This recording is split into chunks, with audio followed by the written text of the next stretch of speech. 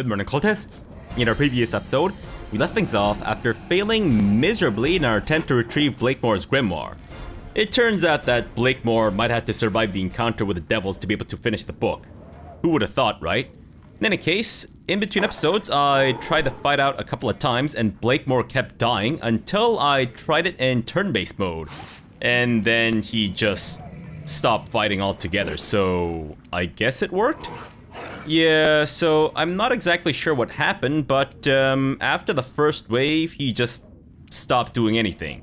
As a matter of fact, I don't think he's even involved in the fighting at all, which is, you know, I guess kind of a solution. So yeah, we have one enemy left, and that's why I brought us back here at this point, I guess. So I suppose we'll finish this off and see if perhaps Blakemore surviving will be the thing that we need? Does that make any sense? Alright, Tristan, can you take us home? I'll try to make this swift. Oh. Oh! Tristan was the one to take us home. Can you believe that? Fantastic. Alright, good job. It also helped that, you know, during turn-based mode, we actually had a couple of times where after we defeated the wave or whatever, we could actually just open up our inventory and chug some potions, so that certainly helped. But yeah, Fabrosi is gigantic because he's got the legendary proportions, which lasts 15 minutes. Wow, that is incredible. That is absolutely incredible. Because Fabrosi did a lot of damage with the legendary proportions, which of course makes a lot of sense. Alright, well, let me quickly loot these guys before we move on. I don't think the... What's it? The, we can't skin the demon dogs. What are they called? Hellhounds, that's it. Demon dogs, come on, man. Alright, capital punishment, which is a great axe, and the breastplate +3. And I guess a couple more swords and bows. Alright, Blakemore, are you gonna stay as a dragon? I mean, I don't blame you. If I had the choice of becoming a human or a dragon, I would probably choose to become a dragon, but, that's... Can we still have a conversation? Only one way to find out, and... Yes! Oh, fantastic, we got it! Alright, so I was right. Blakemore does need to survive. Fantastic. Wait, did you sign your name incorrectly on your own book? This says Blackmore. Your name is Blakemore, isn't it? Hold on, what's your name? What the fuck? Anyways. Oh, that was unexpected, but we managed. That was Sirikit, by the way, the same devil I met in hell. Did you see that face? Haha, that was one tough lady. Thank you for your help, and please give this grimoire to Captain Martin. Sure, we'll see. Alright, so I gotta say, turn-based mode is clutch. Because it allows us to basically direct the flow of battle, which I really enjoy. But I don't think we'll be using it too much in our series. I mean, I don't know how much of the series we have left. But assuming that it's gonna go on for another 200 episodes, I don't think we'll be using the turn-based mode very much because it's unfortunately a little too slow.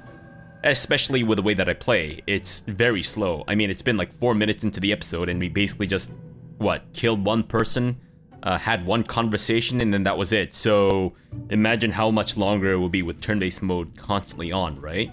Anyways, so I'm not entirely sure if giving Captain Martin the book is going to give us a better outcome than telling him to step down, so I might need to put another break in the episode.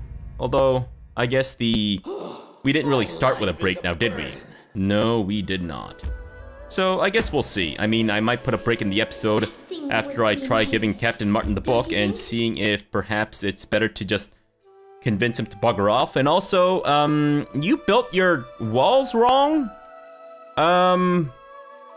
Yeah, there are major portions of the city that look very similar to Rillier that are completely unguarded, so you might want to go deal with that.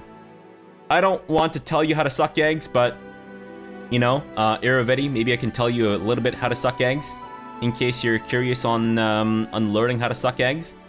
if that is indeed your thing. It seems like he swings both ways, so maybe he likes to suck eggs as well as testicles, right? Because, I mean, you know, eggs are a euphemism for testicles, but, May we have a moment of respite? Whoa. Fabrosi, speaking of eggs, For adventure. what is going on with your giant potions and giant lamp and giant cape? So after shrinking down from his legendary proportions, I guess his gear decided to stay the same size? My god, that lamp is about as big as Lindsay's entire person. Can I put Lindsay instead of that lamp? And then maybe we'll have space for another team member? No? Is that too cruel? Lindsay, would you not like to be stuffed inside of a lamp and carried around in Fabrosi's, next to Fabrosi's grundle? I'm assuming that's a yes. Alright, well then, sure. Did your thing shrink? No, it's still big. Holy crap. I love this bug. Fantastic. Alright, Captain Martin. Let's see. Please, please, please tell me that, giving you this thing will be more advantageous than keeping it, or, you know, whatever, I guess. And I'm just gonna switch back. Sure. Alright, let's see. Okay. Oh, there we go. I have the grimoire, take it. I have the grimoire, and you may as well sell away. I'm not giving it to you. And I can still tell him to step down. Gotcha. Fantastic. Alright, let me try telling him that I'm gonna keep it. I wanna see what happens. Oh no! I've already spent too much time on this, so it'll be going my way. You can buy the book on my terms for 100,000 gold, or hand the grimoire over right now. Okay, on second thought, I don't really need this book. Take your gold, buy yourself a new hat. I can attack him for it, or forget it, it was a stupid joke. Quite right, but don't worry. It's only sailors that have a real sense of humor. Wow. Are you gatekeeping humor? What a fucking turd. Alright, take it then, you turd. Finally, I simply don't know how to thank you. Please, accept this weapon as a token of my gratitude. Of my 12 blades, this one is by far the best, and my most cherished. Now it's time for us to meet new adventures. First mate, all hands on deck. Sir, you've saved the prestigious. Now we can finally embark. Weller looks at the happy Martin and whispers, and I beg you, please forget about my ridiculous request regarding our captain. That was the voice of despair. Wait. You gave me black salt, which is a +5 rapier, and 4,800 XP. Wait, hold on.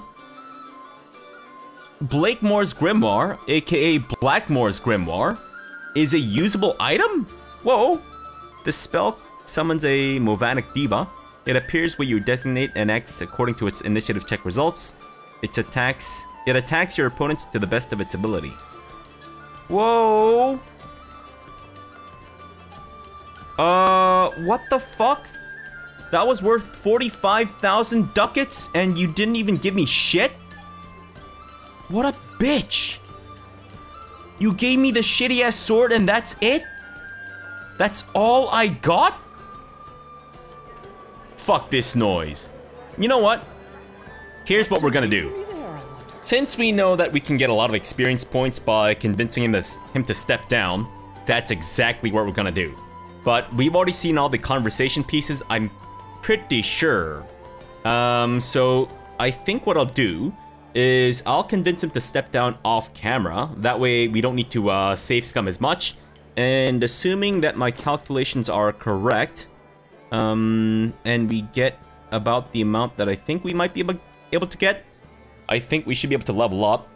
So I think what I'll do is have that conversation with him, get the experience points, and if I level up, I will level up my characters off camera, because, you know, the level up process takes a bit of time and whatnot, so it might be better to just do that and then, you know, come back after everything's said and done, alright?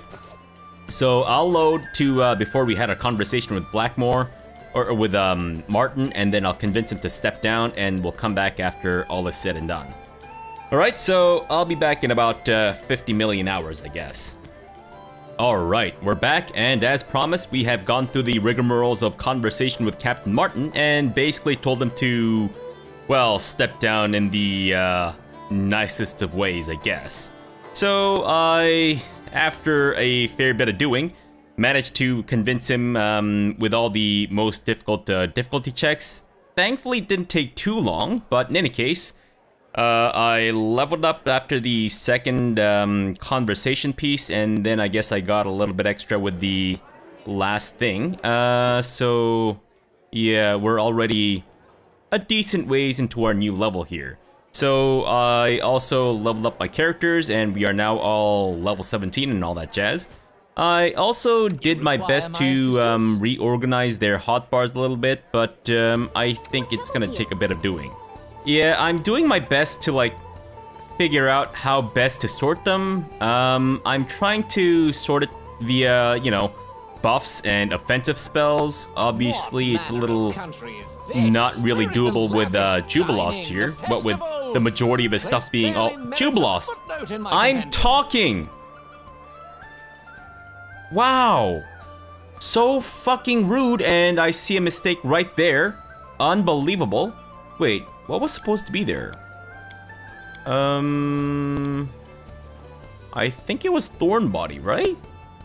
Yeah. Okay, so with Jubilost I have, well, personal buffs and bombs, and then I have the single member buffs, and then the communal buffs and debuffs, things like that, and then the helpful stuff down here. Just letting the With Christian, it's fucking all over the place. I'm trying to separate it via, what's it, helpful stuff and offensive stuff. I think I might need to take another good look at this, because this is a giant fucking mess, I can tell you that much. Yeah, this is not going to fly once the, you know, fur starts flying, I guess.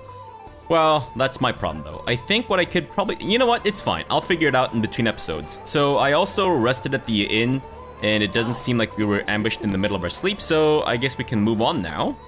Yeah. So, I'm gonna do my best to keep that whole, messing around with different universes thing to a minimum. Not in terms of like save scumming, but more so figuring out what's the best outcome and going with that. I don't know what came over me. I just really wanted those experience points, I guess. But yeah, I'm gonna do my best to stop doing that in the future. So we'll just, you know, do our best to roll with whatever outcome we ended up with, I suppose. So have I spoken to everyone here, I guess? I think so. I don't think there's anyone else left in the inn, and we've spoken to Karn Variel. Is that it?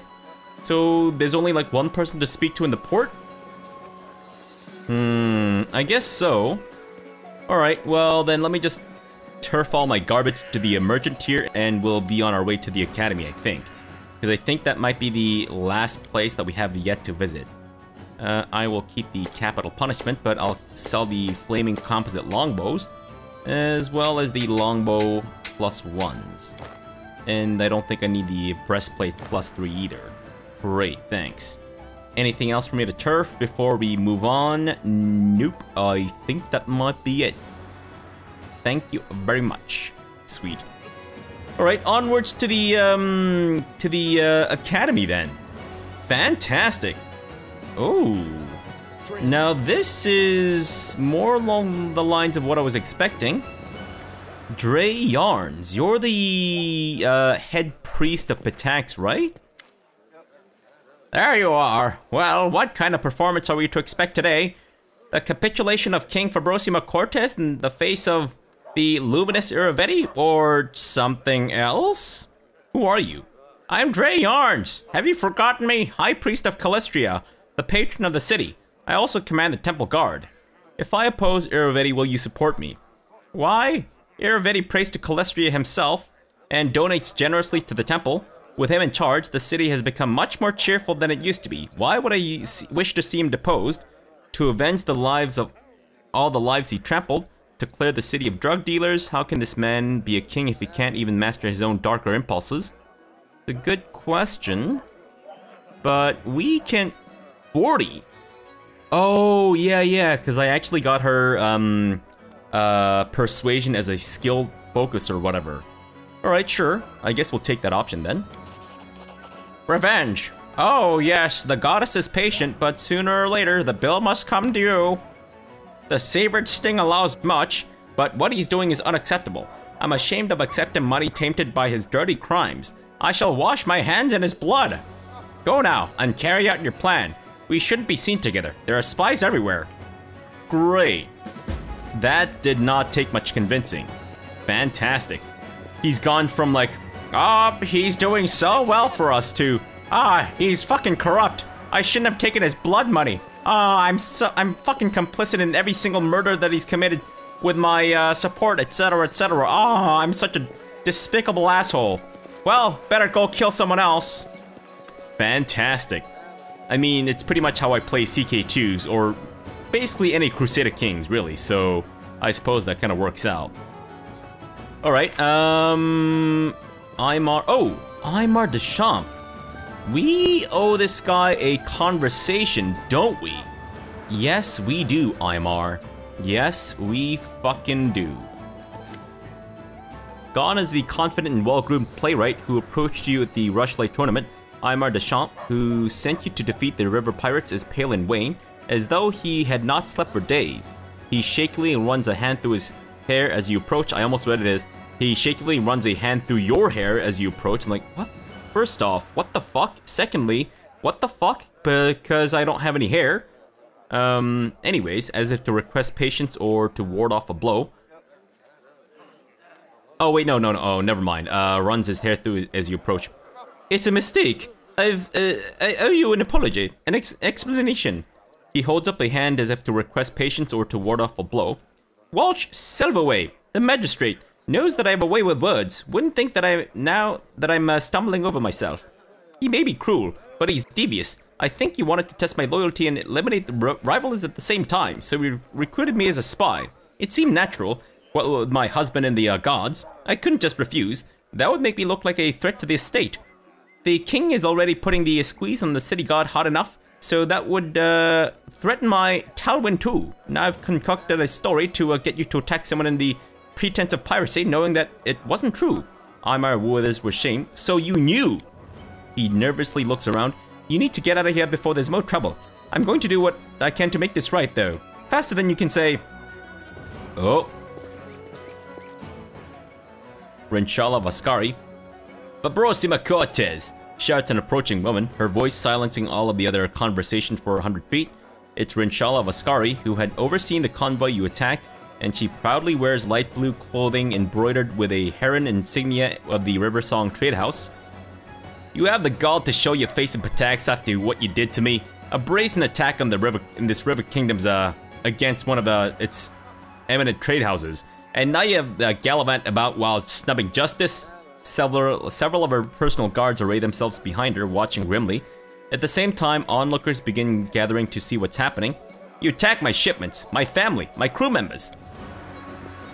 Okay. Oh shit, some dude with an afro. Oh no, it's Waltz. Never mind, it's a fancy hat. Damn it, I thought it was an afro. Stand aside. Make way for the king's magistrate. The Honorable Welsh Selvaway makes his way to the conversation with a squad of Patax's guard in tow. Sergeant Talwyn Halmarian, keep the peace as I handle these miscreants. He tugs irritably on his sash before looking at you. As for you, it is convenient that you have spared us the trouble of arresting you for sentencing.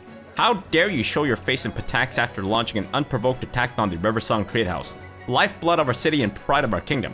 You have slain our people and threatened the prosperity of every citizen gathered here. It was not our fault, Aymar declares Aymar as he steps forward. I accept the responsibility for... Wait, her fault? Is he talking about me or Vascari? Wait. Did I suddenly get a sex change? Or is he talking about... So... I mean, obviously he's not blaming Vascari. So... Aymar has to be talking about me. Wow. Okay. I guess just call me a woman then. That's fine with me. I mean, it's not accurate, but sure. The magistrate interrupts. Listen. Wait, what was his voice? Now that this villain has begun poisoning the minds of our people, using doubt and venom to make us see ourselves as fiends when the mastermind stands before us. He points accusingly at you. Yes, proud citizens of Patax. From this foreign miscreant stems all of these lies, or these ills. Sergeant Talwin seems baffled by what's happening, looking for guidance for Aymar. The latter looks back with sad resolve. But we are a civilized and high-minded people, declares Walsh Selvaway. Let us hear from the accused. Smugly, he turns to you and awaits your response. Oh, we may not be wholly to blame, but Aymar is not entirely guilty. Other lives hang in the balance. It is only right that we accept the blame to shield those who would otherwise suffer. Are you saying that we should take the fall so that... we can get them on our side? If I'm found guilty, what happens? You are the head of a foreign state, the magistrate admits with disdain. Although putting you under arrest is not within my humble power, you shall be reviled as a treacherous murderer and scoundrel throughout the river kingdoms. I'm innocent and I refute your accusation. You're the one behind all this and I can prove it.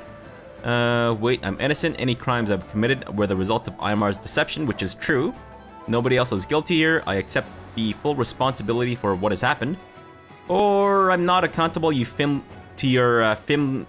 justice. Stand aside or I shall make you stand aside. You're the one that's behind all this. That's true, right? Do we have the evidence, I guess? I guess we'll find out. A cruel sneer cracks Judge Selvaway's face.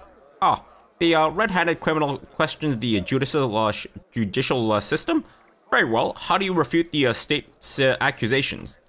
The playwright Aymar Deschamps asked me to attack the Vascari convoy, though he misinformed me about my target's identity. You told me of the so-called pirates, Judge Selvaway. What could you have to gain by painting your own people as outlaws? You warned Renchala Vascari of an impending attack, not from pirates but from me. It's as though you had hoped I would attack her and incriminate myself. Yeah, maybe this? Then again, maybe I can say all of them? Let me try this one. Of course I warned you against pirates. Judge Selvaway responds indignantly. King Iravetti's soldiers patrol our territory to ensure the safety of all. Yet, there are those who would exploit the river freedoms to attack our merchants. He looks at you for a moment before turning to the crowd. Clearly, our king was right to worry about foreign powers preying upon our people. Although the crowd still seems moved by Judge Selvaway's rhetoric, a muttering minority begins questioning his narrative. You warned Renchala Vascari of an impending attack. Okay, so... I don't know if I should say that, because I feel like that's just gonna put the blame on Aymar. Alright, well, you warned Vascari. I was prepared to condemn you for theft and murder, yet it is no trouble for me to add forgery to the counts against you. Judge Selvaway peers at the page for a moment before adding, and even so, it is my sacred duty to protect the people against the foreign pretenders and predators from your lawless land. Okay. Should I say this? I don't know if I should. I think I'll just take the diplomacy check then. Sure. At least we succeeded. I mean, we couldn't not succeed. Do not forget that Patax is a land of law and justice. The king's justice. As appointed magistrate and defender of the people, it is my job to declare you guilty. Judge Selvaway sneers in grim triumph before staggering back at the crowd's outburst. Clearly, he was hoping for the grudging support of the onlookers rather than hate you for attacking the Vascari convoy. Most people present seem to sympathize with you and blame Walsh Selvaway for framing you. He tugs at his stash so hard it nearly tears before spinning to leave. Can I just attack him? Run like a coward you are, or you will not escape that easy. I'm just going to punch him in the face. Guards, protect me! Okay, so I guess we're fighting the temple guard? Sure, Jubilos, can you not die? Smilodon, can you make sure that Jubilos doesn't die, please? Fantastic! Alright, so you can see that I got Fabrosi Dreadful Carnage, and it is... Yeah, it's actually living up to its name of Dreadful Carnage. Holy shit, the chaos is just amazing. Absolutely fantastic. Alright, was it okay that I killed Walsh? Aymar seems unable to find the right words to say. I was at fault. I was ready to accept the blame, but you never blame me for anything. I don't understand, but I'm grateful. You could have abandoned me to suffer for my wrongdoings, yet you shielded me. I won't forget this. Sergeant Talwyn approaches and puts a comforting hand on his husband's shoulder. I forget what Talwyn's voice is. Oh wait, no, that's not, that's Walsh's voice just now. I don't understand all of what just happened, he admits. He gives Aymar a scolding look before adding, but I'm sure my husband will be happy to explain it to me later. I can tell that he was in trouble and you stepped in to protect him where I might not have been able to. I appreciate that so much, and I want you to know that we, the gods, are outraged with King Irvidi and his ever-crueler policies. I think Walsh might have wanted to provoke me to revolt and use it against the god. Anyway, please take this. Before I donned the uniform of Patax, I wore this as a sellsword. Great. Are you guys good? Wait, that was Talwyn? Or was that Talwyn? I know they're both dudes. I forget to look what he looked like. Anyways, as Aymar and Talwyn depart... Oh, that's Rinshala. Rinshala approaches you. I would be overjoyed if not the death of my people. However, thanks to you, justice was served. This makes us even. She gives you a shallow bow and departs for the docks. No, this doesn't make us even. Oh no, that's Rinshala. So who's that lady with the gazungis and red hair? Well, she's buggered off, so I guess we'll never know. Alright, we just killed a magistrate in broad daylight, and it seems that everything has gone smoothly. Surprisingly enough. I guess I'll take that too. Bard Battle of the Century. Unrivaled enemy Bellavara to share stage with 2 foreign stars. Maestro... The Silver-Tongued Heart Stealer from Faraway Lands performs love lyrics and historical sketches. KR. The Towering Troll Bard... Troll Bard? That's incredible. I love it already. From across the street, performs a set of ballads about his travels in mysterious ancient dungeons. Event sponsored by Patax City's esteemed magistrate. For tickets, contact your town hall representatives. Sure, I will do no such thing, but I'll take everything, of course. Everything except for your garbage. So, maybe not quite everything, but close enough. Masterwork? Yes. I mean, it's only 100 buckroni, so it's not really, you know, worth the carry weight, but still. I guess we can't go into the grass? What the hell? Unbelievable. Wait, what is this? A statue of tieflings? Whoa, they have tieflings on... Oh no, these aren't tieflings. These look like satyrs. Yeah, with the Goaf? With the goat hoofs? I don't know what Goaf is. I'm assuming Goaf is like goat hooves, but like abbreviated. Whoa, nice booby statues. Fantastic. Guys, I'll be back in a little bit. I've just seen something that has excited me, and it's not the booby statues. No, definitely not. Wait, that's it? Can we not actually go inside the place? Wait, so we can't even go inside the academy? What? Okay, I guess I'll talk to Atalia Gitarin then. Jeez. Alright, Atalia, what's your deal? Talk to me, baby.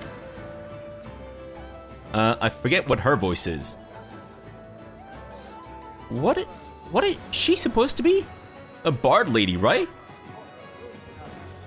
So, you've come to give your crown to Iruvedi after all. Don't you worry, His Highness will take good care of your lands. Lindsay steps forward with a triumphant smile on her face. Headmaster Gitaran, if you read the book, you know, the book about the academy, attacks, Iruvedi and so on, an amusing little work, wouldn't you say? I'm a lawful subject of His Highness. Do you think I would read a book that was forbidden by his personal order? As far as I know, the book consists of dirty slander against the king and incitement to riot. However, I also heard the author focused on the king himself and at least didn't repeat popular accusations against other respected citizens. You recommended Lindsay publish Eobald's book without any changes, thereby sugarcoating what's happening at the Academy of Grand Arts. Okay. But anyway, you've got no time to discuss books, even such popular ones. Oh, interesting. You came to see His Highness, did you not? Well then, go speak with him. Perhaps you'll have time to discuss literature after you finish your business with him. Ha, we'll talk. Don't you worry. We have something to say to him. Who are you? Atalia Gitaran, head of the Patax Academy of Grand Arts. His Highness has given me, and dozens like me, a chance to do what we love. Iruvedi is a dumb bag, is a dirtbag, and you know it. Aren't you disgusted to work for him? If you knew what I knew about Iruvedi's business, you wouldn't be serving him. Yeah, aren't you disgusted to work for him? I would lie if I told you I've never had to compromise my conscience, but the good he does for the city and my students is incomparably greater than the harm. Iruvedi is no role model, but he created the academy, and in merely doing that, he's atoned for a great many of his wrongdoings. And I, as head of the academy, have a chance to further diminish the evil he does.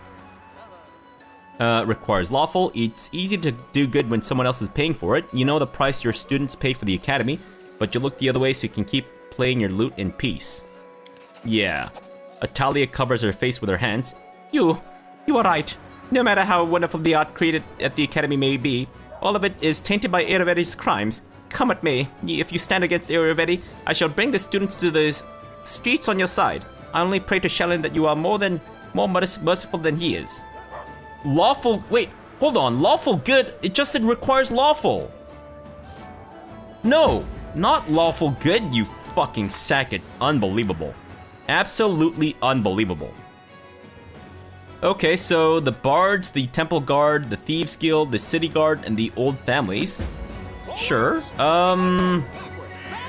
is there more to recruit, or is that it?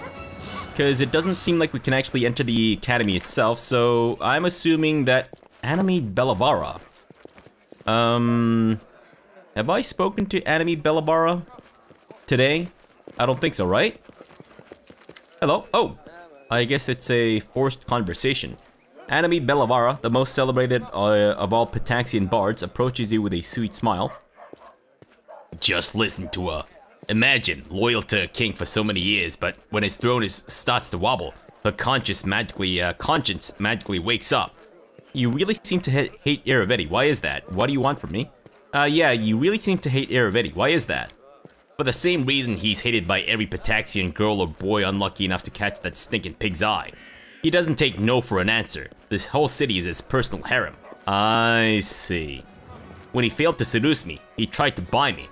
And when he failed to buy me, he tried taking me by force. And when he failed at that too, he tried to put a spell on me using a strange artifact. Praise Calistria, the magic didn't work, but I swear by the goddess, what I wouldn't give to have my revenge, for myself and the countless others less fortunate. What artifact? I don't know. It was like a piece of driftwood. Wait, is that the briar? Or perhaps a wooden sword. I really don't want to talk about it, forgive me, but in a nutshell, it looked like a dildo. I mean, the pig invited me to another romantic dinner. Snuck up on me from behind and poked me in the back with a stick. I don't know what he expected, but it didn't work. I immediately realized he was trying to put a spell on me, and I was consumed by such rage I've never felt my whole life. I'm ashamed to recall the scene I made. I screamed, flipped over the table, splashed him with wine. Haha, you know what? I'm not ashamed at all. The look of his unshaven snout dripping with wine. It's my only pleasant memory of the whole evening. What do you want from me? I have a business proposal for you. Allow me to lead the rebellion of the Academy students against Iruvedi. I'll handle it far better than the spineless old hag. who hasn't touched a sword in a life. I'll lead the bards to battle, and I'll convince them that you are their patron, a true tower of strength. And in return, I ask that you keep the academy open after you win the crown, and make me its new headmaster. Deal? Until now you served Iravetti loyally, working against me just like Italia. Why should I trust you now? Deal, help me rouse the bards to rebel against Iravetti, and I'll make you the new academy's new headmaster. Until now, yeah, why should I trust you now? There's no such thing as loyalty. I should know after all. It was us bards who invented it. It's a fairy tale that rulers tell naive fools, to make them work for free and die for someone else's interests, all with happy smiles on their faces. The deal I'm proposing puts me out on a limb, not you. I rarely make such an offer, but to do a job in advance without any guarantee on your part, aside from your word, of course. It's a terrible risk, but I'm ready to take it for a chance at revenge. You, on the other hand, risk nothing. Valerie chuckles. Loyalty was made up by bards, you say? I suppose those with the gift of weaving words often think themselves the masters of hearts. But if they knew the true dangers of battle and the true price of loyalty and camaraderie, then they would not sing of their power so confidently. Can I think about your proposal? Think quickly. The clouds have gathered. This storm will be upon us soon. Okay, well, I'm not entirely sure what's the best option here. I'm actually tempted to go with Anamid. Not gonna lie, cause she's right. Italia has basically been somewhat spineless. And, I mean, Anamid has worked against us, I suppose, but that being said, apparently she's very venomous? Obviously, that's nothing to go by, but still. I am tempted, not gonna lie, but we'll see. Alright, well, let's end the episode off here for now. We'll come back tomorrow, and I guess I will come up with a decision in between episodes, and then we'll go with that, and that, it seems like maybe that's it. Maybe that's all we need to, or that's all we can recruit to our side. So maybe in our next episode, we'll actually go challenge Iravetti and see what happens. Yeah, we'll see. Alright, so for now, thanks for watching and have a good breakfast.